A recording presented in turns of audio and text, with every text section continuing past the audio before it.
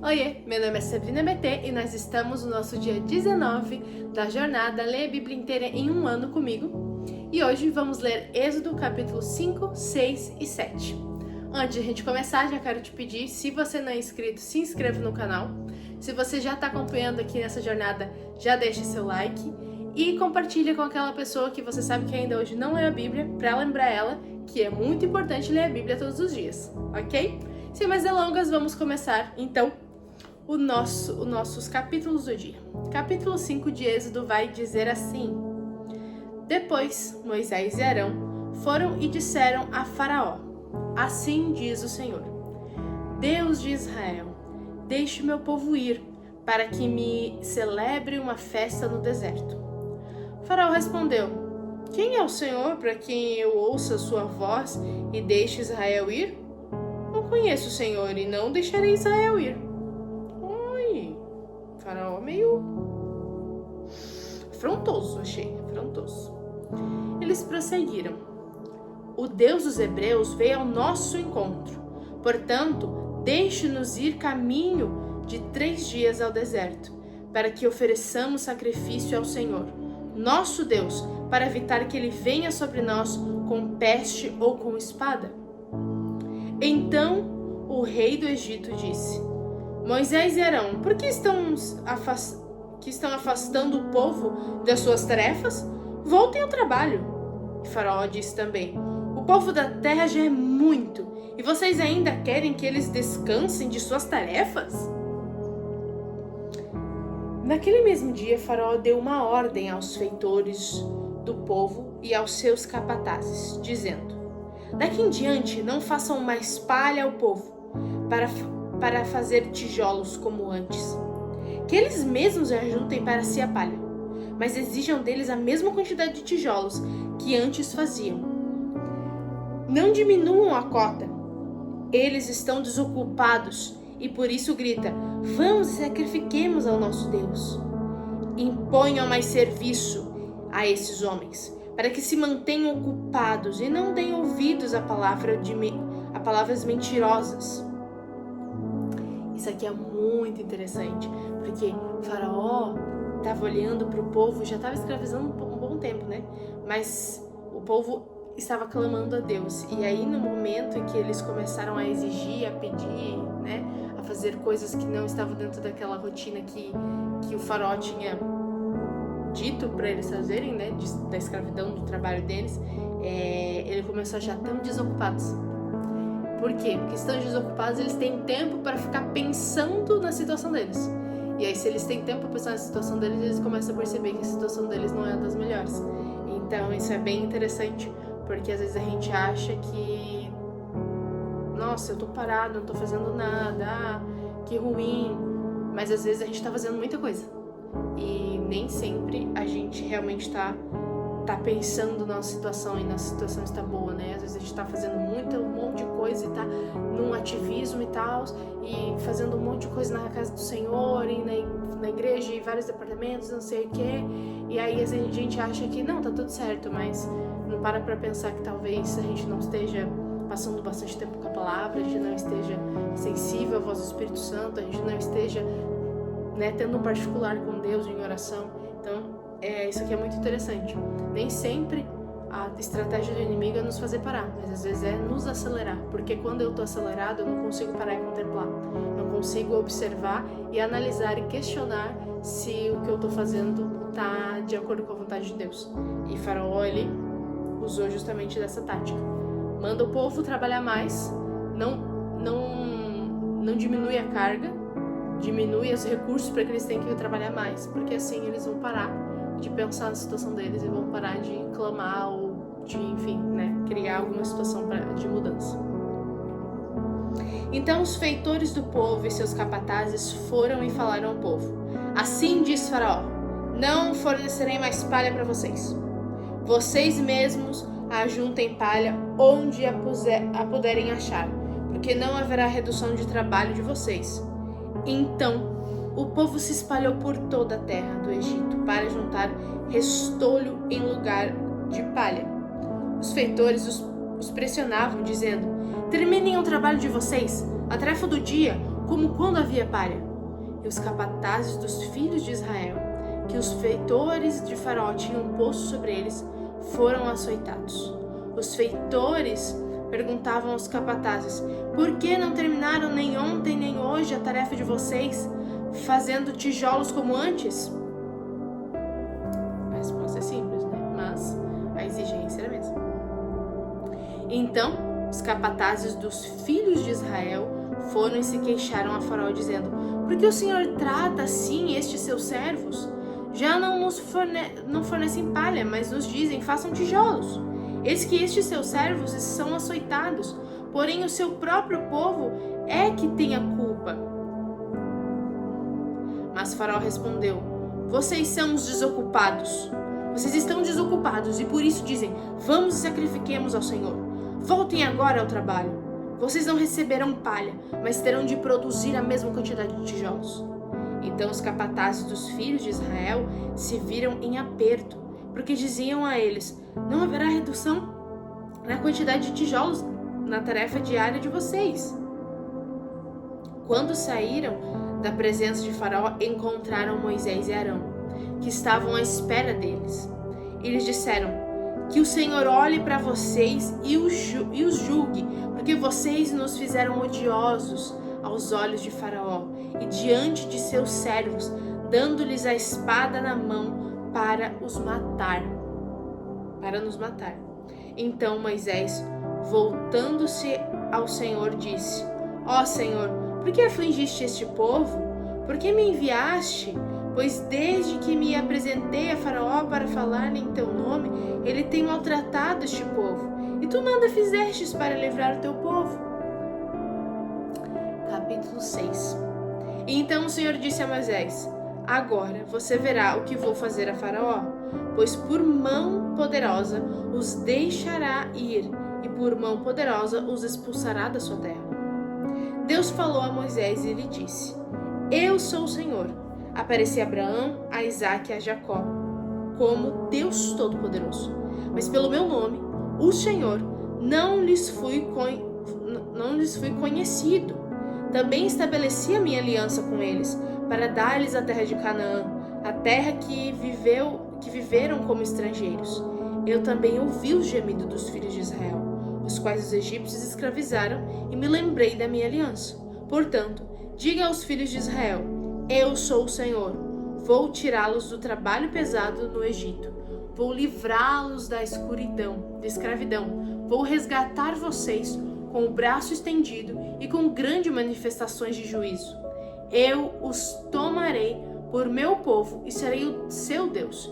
E vocês saberão que eu sou o Senhor, seu Deus, que os tirou dos trabalhos pesados no Egito.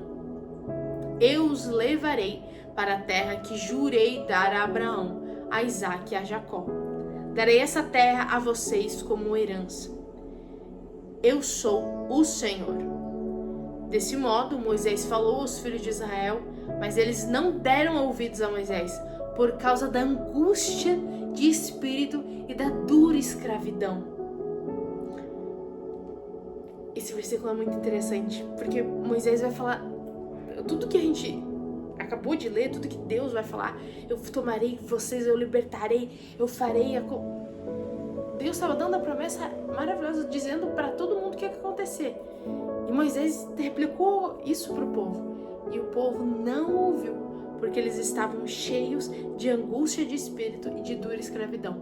Isso aqui é muito interessante, porque quando a gente está cheio de amargura, cheio de coisas que a gente sabe que provém do pecado e não do Espírito Santo, quando a gente deixa a tristeza tomar o nosso coração, tomar o nosso espírito, a gente deixa o pecado nos escravizar, a gente começa a não ficar mais sensível para a voz de Deus.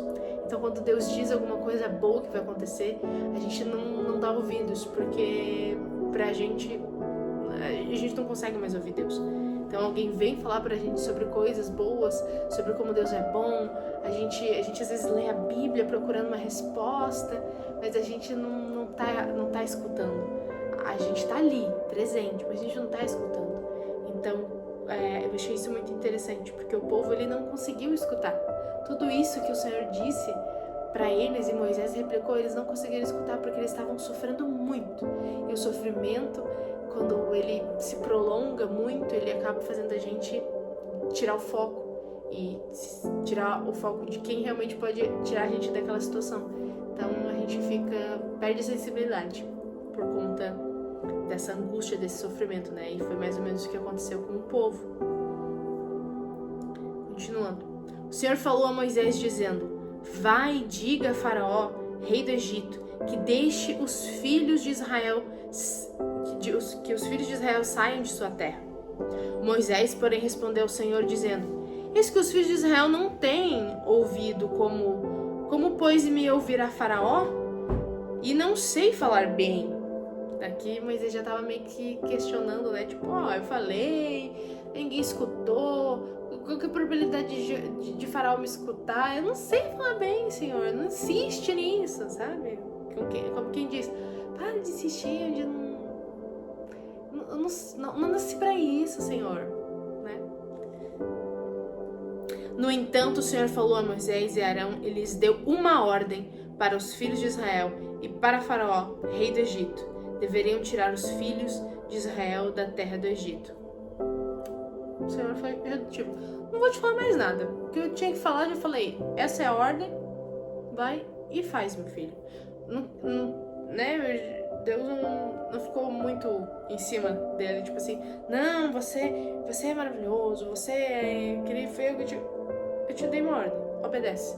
Então, isso é bem interessante, quando a gente tá com aqueles conflitos internos, tipo, meu Deus, será que, mas eu não sou capaz, Deus mandou, obedece. Só obedece. O restante se resolve, entendeu? O restante se resolve. Então, assim, se Deus mandou, obedece. Se você acha que não vai dar certo, obedece. Se você acha que não vai ser capaz, que não vai conseguir, obedece. Só obedece. Só obedece. Se Deus mandou, obedece, meu filho. É isso. Não tem mais nada pra falar. É isso aí, ó. O Senhor ministra no teu coração e que é pra tu obedecer, entendeu? Assim, só obedece, meu anjo. Segue, vai. São estes os chefes das famílias. Os filhos de Ruben, o primogênito de Israel, Enoque, Palu, Asrom e Carmi. São estas as famílias de Ruben. É uma genealogia só pra gente não fugir do comum, né, Gênesis? Os filhos de Simeão, Jemuel, Jamim, Oade, Jaquim, Zoar e Saul, filho de uma cananeia. São estas as famílias de Simeão. São estes os nomes dos filhos de Levi, segundo as suas gerações: Gerson, Coate e Merari. E os anos da vida de Levi foram 137. Eu me assustei com a luz que deu uma piscada. Os filhos de Gerson, Libni e Simei, segundo as suas famílias. Os filhos de Coate, Amrão, Issar, Hebron e Uziel. E os anos da vida de Coate foram 133. Os filhos de Merari, Mali e Muzi. São estas as famílias de Levi, segundo as suas gerações. Arão tomou por mulher Joquebede, sua tia, e lhe deu à luz Arão e Moisés. E os anos da vida de Amrão foram 137. Os filhos de Issar, Corá, Nefeg e Zicri. Os filhos de Uziel, Misael, Eusafá e Citri. Arão tomou por mulher Eliseba, filha de Aminadab, irmã de Naasson, e ela lhe deu à luz Nadab, Abiú, Eleazar e Tamar. Os filhos de Corá, Assir, Eucana e Abiasaf. São essas as famílias dos coraitas. Eleazar, filho de Arão, tomou por mulher para si uma das filhas de Putiel, e ela lhe deu à luz Finéias. São estes os chefes de suas casas segundo as suas famílias. São estes Arão e Moisés, aos quais o Senhor disse: tirem os filhos de Israel da terra do Egito. segundo os seus exércitos. Foram eles que falaram a Faraó, rei do Egito, a fim de tirar do Egito os filhos de Israel. São estes Moisés e Arão. No dia em que o Senhor falou a Moisés na terra do Egito, o Senhor disse a Moisés: Eu sou o Senhor. Diga a Faraó, rei do Egito, tudo o que eu digo a você. Porém, Moisés respondeu na presença do Senhor: Eu não sei falar bem. Como é que o Faraó vai me ouvir? Capítulo 7. Então o Senhor disse a Moisés: Veja, eu constituí como Deus sobre Faraó, e o seu irmão Arão será o seu profeta. Você falará tudo o que eu lhe ordenar, e Arão, seu irmão, falará a Faraó para que deixe sair da sua terra os filhos de Israel.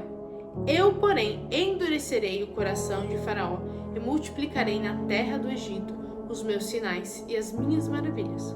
Faraó não vai ouvir vocês, e eu porei a mão sobre o Egito e farei sair os meus exércitos, o meu povo, os filhos de Israel, da terra do Egito, com grandes manifestações de juízo. Os egípcios saberão que eu sou o Senhor, quando eu estender a mão sobre o Egito e tirar do meio deles os filhos de Israel. Assim fizeram Moisés e Arão, como o Senhor lhes havia ordenado. Assim fizeram.